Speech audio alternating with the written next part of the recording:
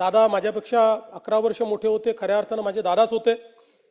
साधारण 2014 नंतर एक भावनिक नातं हे दादांशी तयार झालं.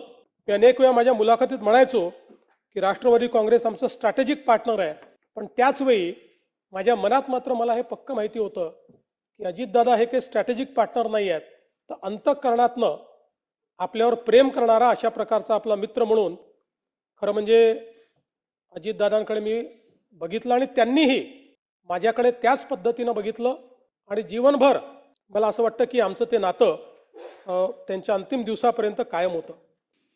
दादांचा स्वभाव असेल थोडासा तापट असेल, एक तर त्यांच्या आवाजात एक नैसर्गिक भारदस्तपणा होता, त्याच्यामुळे त्यांच्यासमोर अधिकारी सुद्धा थोडेसे असे वचकून असायचे. अनेकदा कळायचंच नाही की हे कौतुक करतायत की दम देत आहेत. पण तो एक दादांचा एक ती शैली होती, दादांची एक लकब होती. बोलताना सुद्धा बिनधास्त बोलायचे.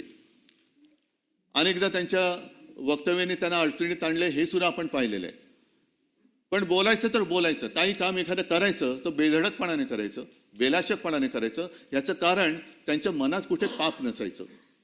एकदा का मनात पाप नसेल तर आपण केलेल्या कृतीबद्दल पश्चाताप होण्याची भावना त्या व्यक्तीच्या मनात येऊ शकत नाही. आणि दादा मला असं वाटतं त्या व्यक्तीच्या वर्गवारीत येत होते. दादा फणसासारखे होते, बाहेरून कडक आणि आतून मऊ. सभापती महोदय, दादांच्या बोलण्यात ग्रामीण बाज होता, आवाज राकट पण गोड होता.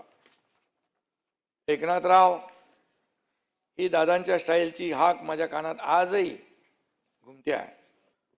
प्रशासनावर त्यांची मजबूत पकड होती, भांड होती.